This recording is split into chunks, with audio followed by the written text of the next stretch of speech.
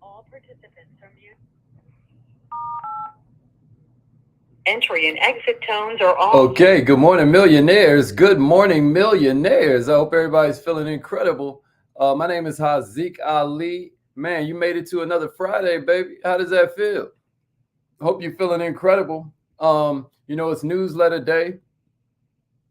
The world's best newsletter about entrepreneur mindset is coming to you at 3:30 p.m. today.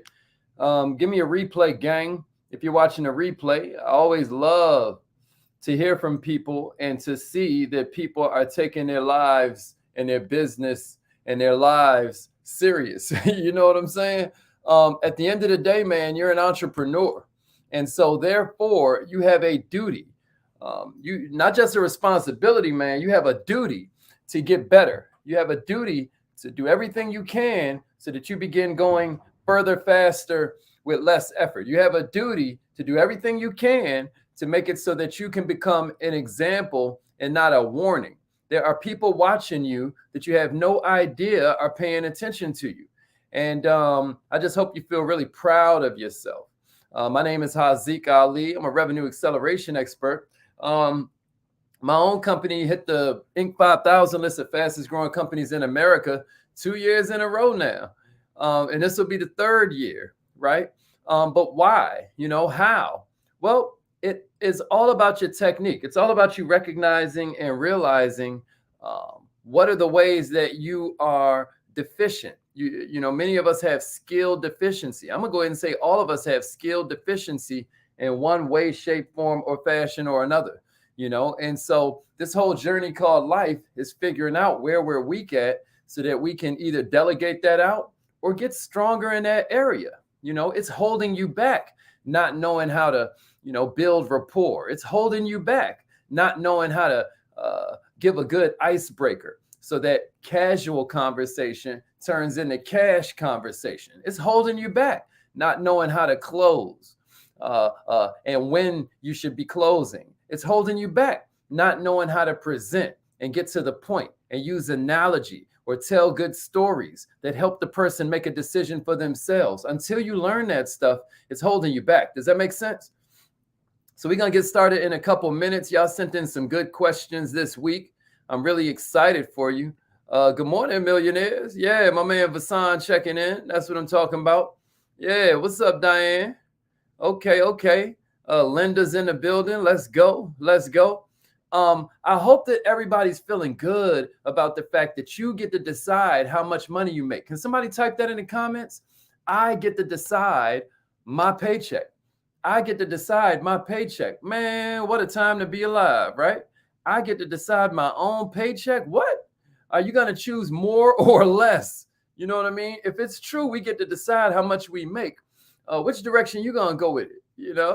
I love the fact that if I need a little bit more money, I can put in a little bit more work. This kid I was dealing with this week, we were talking about it and he was like, man, so how much money can I make with this? I was like, you can make whatever you want, and then he was like, well, I really just want to do as little as possible. And I was like, well, your check is going to be as little as possible. That's the way this thing goes. Just like the universe, this thing got a perfect accounting system. Just like the universe, you get to kind of decide what you want out by deciding what it is you feel like putting in. And nobody's going to force you, just like the universe. You know what I mean? It's one of them things where you get to make the call, baby. And so I hope that you are feeling excited about your prospects. I hope you're feeling amazing about the life that you've chosen. And we're going to get into some of these questions. I hope everybody is feeling good. Yeah, I get to decide my own paycheck. I get to decide my paycheck. Is that a feeling of power or what? So the first question that we got this morning, somebody typed this on the screen, if you don't mind. They were like, when do I know when to shut up? How do I know when to shut up talking? How do I know when to shut up talking? Everybody, please give me a like. Please share this with another entrepreneur. Share this with a Facebook group. Share this with one of the messenger groups you're in. We're going to save somebody's life today, y'all. There's somebody whose whole family is going to be different because of a light bulb we click on this morning. So share it with somebody. Should I just talk to people until they give up and buy something from me? Does that make sense? Should I just talk to somebody until they give up and buy something from me? I'm gonna tell you something. A lot of times that ain't gonna work, right? When people are talking to us like that, you know what? Let me actually start off with a survey. Let me start off with a quick survey. What do y'all think scares people more? I'm gonna type this in. I'm gonna type this in. What do you think scares your people more? Do you think that it's what do you think?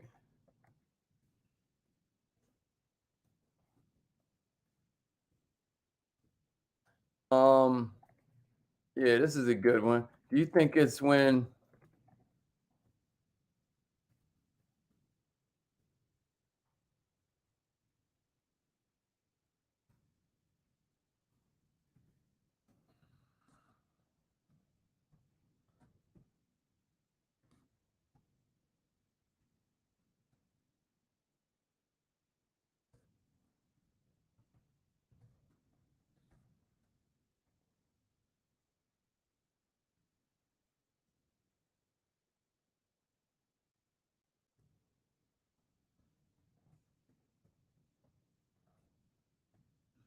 all right, let me see what y'all got to say about this one. Which one of these do you think scares people the most? I'm throwing it on the screen. Let me see your vote for that, y'all. Let me see your vote. If you're listening in on the phone line, if you're listening on the winner's hotline, then what we said is, what do you think scares people most? Is it high pressure closes? If it's we're unsure about what we're saying, do you think it's C, our salesman breath? Like when you're just all high pressure and stuff, or is it pushing for appointments? Which one of these do you think scares people more? Which scares your prospects more? Which one scares your prospects more? You think it's A, B, C, or D? Let me just hear from y'all. A, B, C, or D? Which one of these do you think is the scariest thing to your prospects? Let me see your votes. Let me see your votes. Vote on one of those and then give me a share. Vote on one of those and then give me a share.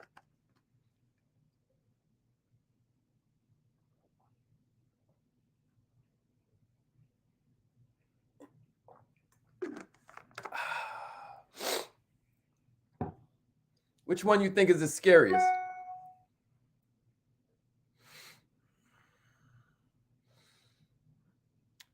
Let me see which one you think is the scariest. Which one do you think scares it? When you're talking to a prospective client, which one of these do you think is the scariest to them? How often do you put yourself? That's why we're doing this class this weekend, because a lot of us just never consider how the client feels. A lot of us never consider how the prospect feels. That is a handicap, y'all. You holding yourself back. You are literally cutting your paycheck in half, cutting your paycheck into thirds. You're literally throwing money away when you are only focused on you. I'm asking you, do you think it's A, B, C, or D? What do you think scares people more? What do you think scares people more? Everything we offer is probably better than what they got going on in their life. So why are they refusing, y'all? I'm going to tell you why. It's probably because we're putting pressure on them instead of letting them make the choice. It's probably because we're putting pressure on them instead of letting them make the choice. There's no wrong answer, y'all. There's no wrong answer. I'm just curious what you think. I'm just curious how you're approaching your business, because this is what throws a lot of people off. So somebody asked me, when do I know when to shut up, et cetera, so forth. Listen to me. A lot of times they perceive that we have such a strong agenda that we ain't looking at where they are. We don't even seem to care where they're at with everything, right? What you want to do is give them the option and then move back. Give them the option and then move back. If instead of looking at entrepreneurship like it's time for me to pressure somebody into buying something, what if we looked at entrepreneurship like this? People have problems.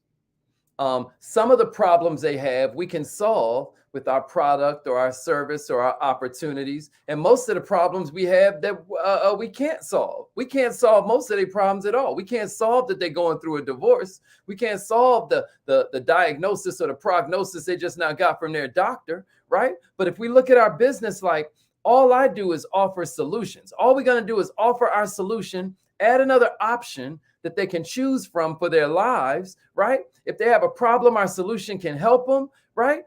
Now it gets to the choice. Yo, do you want to keep your miserable freaking life the same, or do you want to change it? But we don't have to be all full of pressure and negative, nervous energy. All we're going to do, Linda, is give them an option and then move back. It's not a matter of changing their mood by force. It's not a matter of changing their mind using all kinds of, what we offer is always better than what they got going on in their life already. So look at it like all we doing is giving them an option, and then we're going to step back. That way there's no pressure, and they can judge the option fairly. And on top of that, now you ain't feeling a way about talking to 8 more people, 9 more people, 10 more people that day, because at the end of the day, it was easy. You gave them the option, and then they said, yeah, tell me more about that. Or they're like, man, you know what? Nah, this ain't for me. This ain't for me. And then you get to move on to the next person. There are 8 billion people on the planet they just now announced. There are 8 billion people now. And I don't know if you realize it, but you've got so many prospects around you every single day. There are so many people that feel unfulfilled by their jobs. There are so many people that feel underpaid. And if I ask anybody, hey, do you want to make more money or less money? Everybody's going to say more money. That means these people are already pre-sold. If I say, do you want more time with your family or less time with your family? Everybody's going to say, I want more time with my family. They're already pre-sold. Somebody type that in the comments and give me a share. They're already pre-sold. They're pre-sold, y'all. They already want it. We're the ones that mess it up because we don't know what we're saying. We don't know how to talk in a way that it don't cut on their salesman alarm. So they don't start to smell salesman on our breath. We're the ones that mess it up. They already want what we got. Everybody with me? Everybody with me? I dare you type that in the comments. This is a huge moment for you. If you will just understand this. Everybody's pre-sold, y'all. They aren't just neutral. They're pre-sold. They already want it, right? I hope I'm making sense, y'all. I hope I'm making sense. All right. So along that lines, right? Somebody was like, I like this question too. They were like, hey, what would be the best words to say when I'm recruiting on LinkedIn? What's the best way for me to talk when I'm recruiting on LinkedIn? For those that don't know, LinkedIn is a social media site where most of the people on there are either looking for a job. That's right, Gavin. That's right, Diane. Everybody's already pre-sold, y'all. Everybody's already pre-sold, Deborah. Everybody is already pre-sold. I hope I'm making sense, right? I don't care if you sell clothes. Do they want to look better or do they want to look worse when they go out? Do they want to wear something that makes them feel fly, or do they want to wear something that makes them feel like a hobo? Most people want to look better, not worse. They are pre-sold. You get what I'm saying? We're the ones that mess it up. So this person was like, what would be the best words to say when I'm recruiting on LinkedIn? And for those that don't know what LinkedIn is, a lot of times LinkedIn, they're either looking for a job or they're looking to hire somebody for a job. So the answer is, yeah, that's right, Alan. That's right, man. If you get that into your mind, it's a game changer. It's a game changer because what it does is it starts to put all the responsibility on us. It starts to mean we got to get better. And if we mess it up and they say, I'm not interested, we got to ask ourselves, what can I learn from this? What just now happened? That's when we call our coach. Like, hey, coach, this is what just now happened. What do you think I could have done better? Right? You got to hurry up and get that feedback so that you are able to improve as quickly as possible. But back to this LinkedIn question. What would I say? What would I say on LinkedIn if I want to recruit people, right? So we want to make an offer. Remember, millionaires, this is something for you to write down. If you make the wrong, if you have the wrong audience for your offer, it's not going to work. You got me? Like if I'm teaching Chinese lessons and I'm in some rural town in Mississippi or some real small town in Texas where everybody's wearing these red hats, and I'm just playing, they don't care nothing about learning Chinese. You get what I'm saying? Nobody's buying it. Why? Because the audience is wrong, right? So if I'm on LinkedIn and I already know that everybody's on LinkedIn because they're looking for a job, then maybe I need to adjust my offer. Like, hey, you're looking for a job, and I can't help you with that. I know that's a big problem for you. My offer can't help you in that way, but why don't you do this? Right? Why don't you do this? That's never gonna work. That's never gonna work. So why don't we switch that up a little bit? I like how that started off because we got into their mind. We know you're here looking for a job. So maybe I say, I know you're looking for a job, and I can't really help you with that. It's gonna take a long time. You're gonna have to interview, right? You're gonna have to pass the medical, right? You're gonna have to set appointments to follow up, right? You're gonna have more interviews. You're gonna have to pass the medical and stuff. It's gonna take a long time for you to get this job. So during your downtime, while you're not being interviewed, maybe here's something you could do. You could build a small part-time business. Am I making sense? Maybe that's how we talk to them. Hey, while you're in your downtime in between interviews, here's what you could do. You could build a small part-time business on the side. So next time this happens, you'll still have an income coming in and you ain't going to be so stressed out over it, right? Plus the extra income, when you do get the job, is going to really help you pay off debt. It's going to really help you catch up on some of the bills. It's going to really help you get your credit score back together. Does that make sense, everybody? So instead of me trying to talk them out of finding a job, what instead I do is try to fit in with what they're already doing. Somebody say LinkedIn if that made sense to you. Somebody say LinkedIn if that made sense to you. Remember, y'all, entrepreneurs solve problems. Entrepreneurs solve problems. So if we aren't resonating with them, then what we got to do is find a different offer. We have to change our offer so that all of a sudden we are solving a problem that they see. Am I making sense? Am I making sense, somebody? Last week, one of my mentees was like, what product should I focus on, right? What product should I focus on? And I had to say it. I was like, check it out. You don't focus on the product. You focus on the customer. You got me? You don't focus on, oh, I want to sell this product or I want to sell this service. Even when I'm teaching marketing, like if you guys have taken the revenue acceleration course, the number one question you need to be answering is, who do I want to sell to? That's a niche. A niche is not, I focus on business credit, or a niche is not, I focus on this tea that helps people lose weight. The niche is, I focus on truck drivers, or the niche is, I focus on married couples, or the niche is, I focus on young single people, or the niche is, I focus on college dropouts. You see what I'm saying? The niche is the person. The niche ain't the product. Somebody type that in the comments. That's huge. That's huge. The niche is the person, not the product. The niche is not the product or the service or the opportunity that you want to focus on. That's your agenda. The niche is the kind of person you want to serve. Am I making sense, y'all? All right. Yeah, that's exactly right. That's exactly right. Y'all are catching it. Y'all are catching it. That's right, Mr. Berry. That's right. Y'all are catching it. The niche is the person, not the opportunity. That's exactly right. The niche is the purpose, not the opportunity. So then this person was like, so how do I know when to close? What should I look for?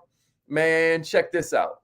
There are all kinds of buying signals to look for. So I understand why this person asked me this, but check this out, y'all. You close instantly. You close immediately. I can't say this enough. You close when they're ready to make a decision, right? And when are we ready to make a decision? Right now. Like if somebody asks you, you want to drink this poison, you don't need a presentation on the side effects of the poison. How slow is it going to kill me, right? You don't need them to show you videos about what the poison has done to everybody, right? They just decide instantly. So when you say something like part-time business, people have been programmed with all kinds of loser stuff in their head. They don't mean no harm, but they've had past experiences that really stuck with them. It's like your comments on social media. You ignore everybody that's showing you love, and then somebody say something negative, look at you responding to them. Well, that's like life. That's the way you've been programmed. You've been programmed to pay attention to the negative more than the positive. So they got all these past experiences in their head. They've got stories that they heard, right? They've got all kinds of things that they've been through or seen somebody else go through. So when you say something about part-time business, a lot of times it's throwing them off. You got to be able to accept that. And here's the formula that you can use. A lot of times I tell you it's benefits plus permission. Somebody type that in the comments. Benefits plus permission. They've been programmed all messed up. All right, maybe it ain't for them, right? But they're making an instant decision. Cool. At least you ain't waste time doing some big presentation. They've made their decision. You can move on. And you didn't have to look for some magic moment at the end, right? Where the decision can finally happen. You didn't have to go through that. And if they make the decision that, yeah, they want to hear it, as long as we ain't incompetent, our details ain't going to close the sale. But it always goes, you build rapport first. That's 80% of it. Then comes an icebreaker where you slide your business into normal conversation, right? Then comes the close, and then comes a presentation, right? Until we close them on being hungry, it does not matter us talking about restaurants. You got me? Until we close them on saying they're hungry. See, if they ain't hungry, now I got to be a salesperson.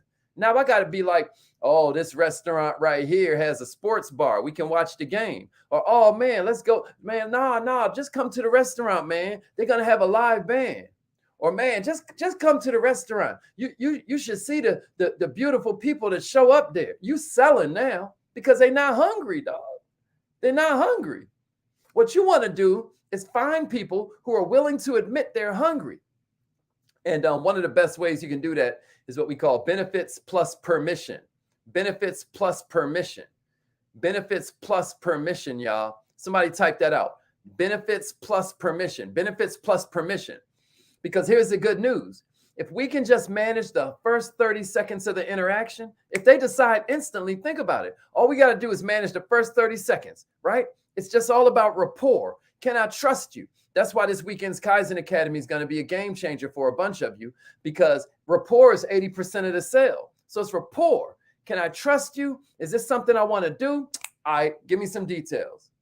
Give me some details. Now you can start telling me about, well, we can go here and they got pancakes, so we can go over here and they got chicken and waffles. You know what I mean? Now we can start deciding where we want to go, right? Now we can start talking about the different options for our lives, right? But first, I need to know whether your instant decision is, yeah, I'm down with that. I want to hear more about it, or no, I'm not. So one of the best things you can do is give some permission statements after the benefit, right? We give the benefit and you say to yourself, well, which benefit should I give them? Which benefit should I give them? Which benefit should I give them? Well, it depends on their problem.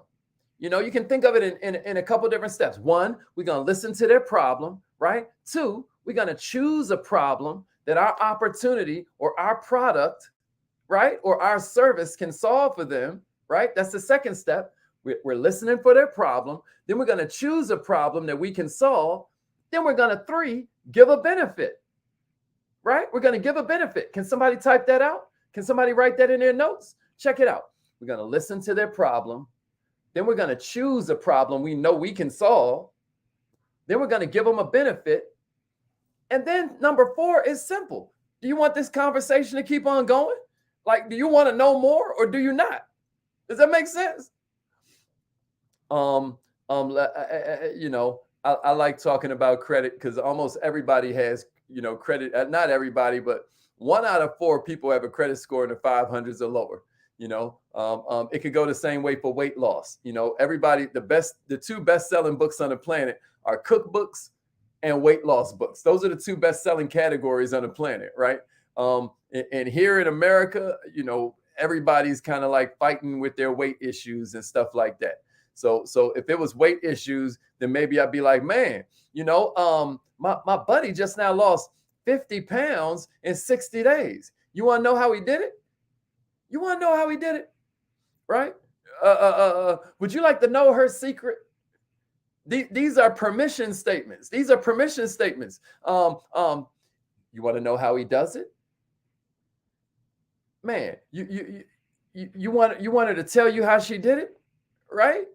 These are permission statements, right? All we're doing is saying, do you want this conversation to keep on going, or would you rather switch subjects? If they'd rather switch subjects, that's their polite way of telling you no, man. And then you just move on to the next person. Trust me, somebody else got them problems. Somebody else got a problem you can solve. And once you get abundance, once you become millionaire minded and you see opportunity everywhere, your whole life is going to change. I hope I'm making sense. Was this helpful, y'all? It looks like we out of time, man. Was this helpful, though? Did this help you? You get something out of this? Listen, this weekend's Kaizen Academy is going to be a game changer. All we talking about is mind reading for entrepreneurs. Mind reading for entrepreneurs. Not from the perspective of a Las Vegas magician, but from the perspective of an entrepreneur. Because when you can read minds, you're going to establish rapport a lot quicker than you can otherwise.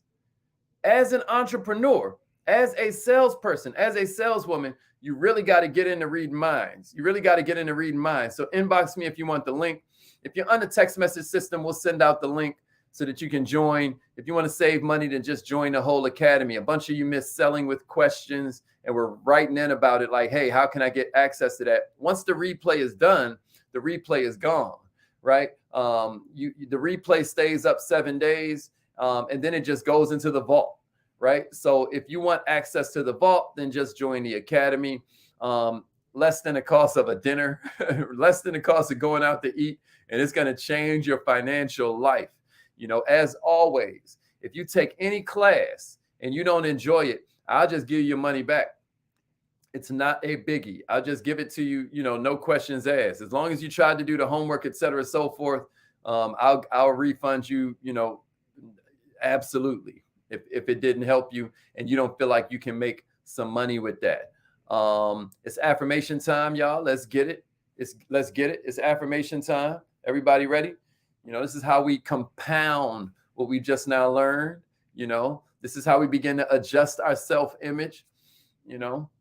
Way before, my life looked like it does now, I was saying these affirmations, just repeating them to myself. I had to battle my smaller self-image. I had to battle my level of awareness, and affirmations had me do that. Affirmations had my mind start to focus on the opportunities instead of the obstacles, right? So call in right now. Let's get busy. Repeat after me. Say it like you mean it.